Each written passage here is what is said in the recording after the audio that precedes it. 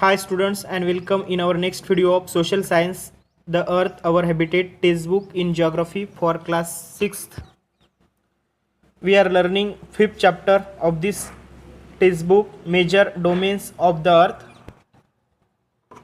In this lesson means in major domains of the earth we are learning three main components of environment. Among them we took the information about lithosphere and hydrosphere. Now in the today's video we have to learn in detail about the third main components of environment, that is atmosphere. So students, for that you have to open the page number 35 and listen carefully. See students, the third main components of the environment, that is atmosphere. The earth is surrounded by a layer of gas called atmosphere. See students, this is the definition of atmosphere. Atmosphere क्या है कि एक gas की layer है जिसे अर्थ को surround किया है, यानी अर्थ को सराउंड करने वाली एक गैस की लेयर है जिसे हम एटमॉस्फेयर कह सकते हैं. This thin blanket of air is an integral and important aspects of the planet. और जो हमारा प्लैनेट है यानी जिस पे हम रहते हैं अर्थ प्लैनेट पे, एक ब्लैंकेट है उस पे एयर का और इंटीग्रल एंड इंपॉर्टेंट पार्ट है ये. It provides us with the air we breathe and protect us from the harmful effects of the sun rays. और ये जो एयर का ब्लैंकेट है इसमें से हमें जो भी एयर मिलती है, यानी इस एयर में जो भी ऑक्सीजन है, हमें ब्रीथिंग के लिए, हमें अपने श्वसन क्रिया के लिए, और दूसरी बात हमें प्रोटेक्ट करता है ये air harmful effects of the sun के रेज से. Okay, the atmosphere extended up to the height of about 1600 kilometres. यहाँ तक एटमॉस्फेयर एक्सटेंड होता है ऊपर. Okay, the atmosphere is divided into 5 layers based on composition. Composition को base करे, composition का सोचे तो एटमॉस्फेयर डिवाइडेड हो गया है 5 लेयर्स में, जैसे temperature and other properties. These layers starting from earth surface are called troposphere, stratosphere, mesosphere, thermosphere and the exosphere. See students, आपको जैसे बताया गया है कंपोजिशन के बेस पे एटमॉस्फेयर के 5 लेयर्स गिरते हैं.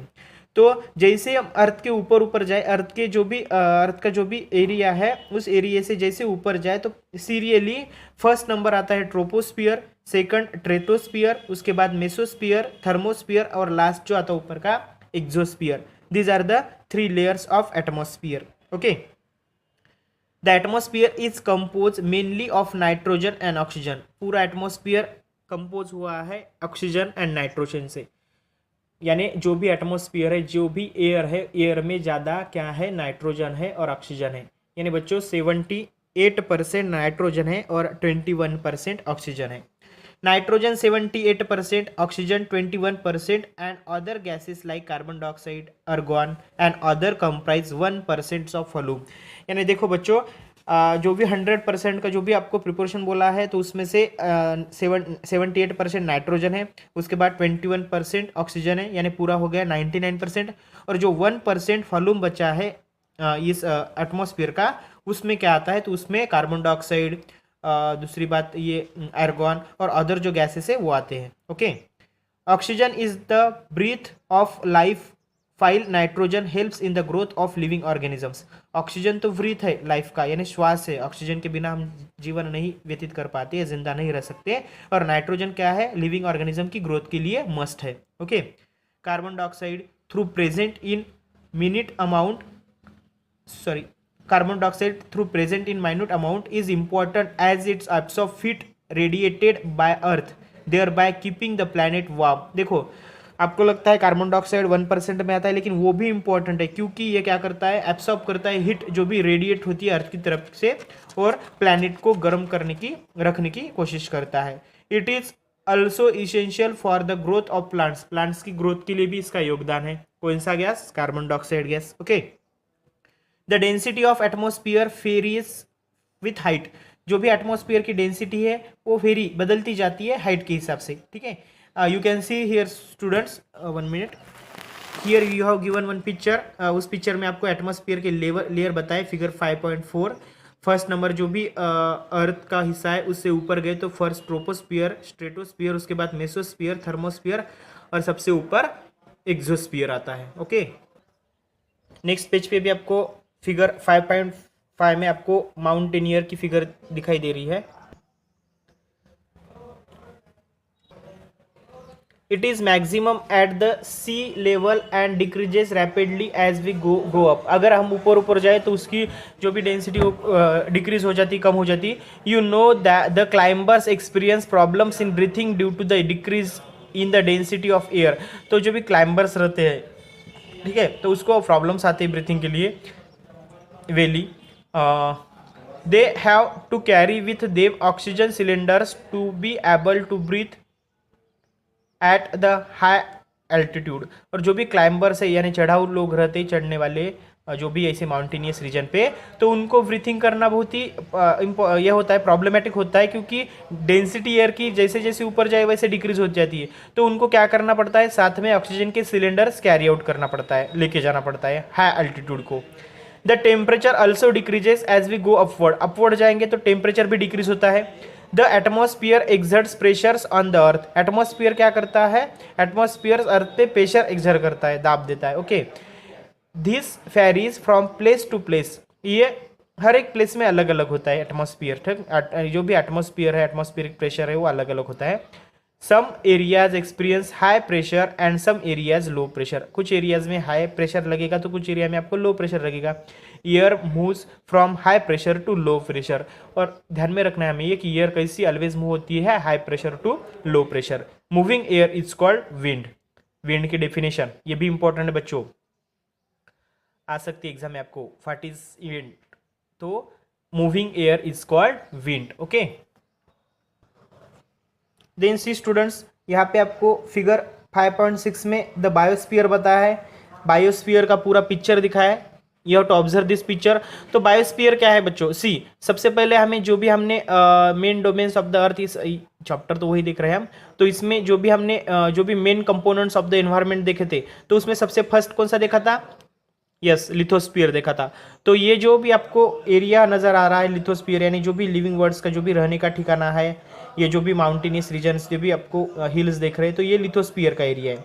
उसके बाद जो भी पानी वाला है, सेकंड नंबर का हमने देखा था, जिसमें हमने क्या देखे थे, ओशियंस देखे थे, तो वो हो गया हाइड्रोस्फीयर। और अभी जो आज की वीडियो में हम पढ़ रहे हो एटमॉस्फेयर है, यानी जो भी लेयर है हवा की, एटमॉस्फेयर। तो ये तीनों जो भी ये है, तीनों जो भी मेन कंपोनेंट्स ऑफ एनवायरनमेंट है, ये तीनों का मिलके क्या होता है बच्चों, बायोस्फीयर होता है। ओके, तीनों का मिलके बायोस्फीयर बनता है। तो वही हमें देखना है, biosphere the domain of life. Domain of life यानी पूरे इस पिक्चर में आपको लाइफ के बारे में ही दिखाई दे रहा है। Okay, see the biosphere is the narrow zone of contact between the land, water and air. देखो नैरो जोन है जिसमें कॉन्टेक्ट किसका आता है, लैंड, वाटर एंड एयर सब आते हैं इसमें। It is in this zone of life that is unique to this planet exist. तो ये यही ऐसा जोन है कि जिसमें लाइफ पाई जाती है और यूनिट है इस हमारे प्लैनेट पे एग्जिस्ट, जिस पे हम रहते हैं, which is this planet earth. Okay, हमारी earth. There are several species of organisms that vary in size from microbes and bacteria to huge mammals। देखो, और इस पे, इस अर्थ प्लैनेट पे बहुत सारे जो भी ऑर्गेनिजम्स है, उसकी उनकी स्पेसीज, उनकी जातियाँ पाई जाती है। जैसे फेरी इन साइज, बहुत डिफरेंट इन साइज में रहते हैं, जैसे माइक्रोब्स एंड बैक्टीरिया यानी छोटे जो भी जंतु रहते हैं, वहाँ से लेकर ह्यूज एंड मैमल्स यानी बहुत बड़े बड़े मैमल्स, सस्तन प्राणी जो रहते हैं, वहाँ तक वेरिएशन पाया जाता है। All the living organisms includes human are linked to each other and to the biosphere for survival। और जिंदा रहने के लिए, अपना जीवन व्यतीत करने के लिए सब लिविंग ऑर्गेनिजम्स, उसमें ह्यूमन बींग्स भी आते हैं, लिंक रहते हैं एक दूसरे से। ओके, बायोस्फीयर में। Then students, living the organism in the biosphere may broadly be divided into the plant kingdom and the animal kingdom.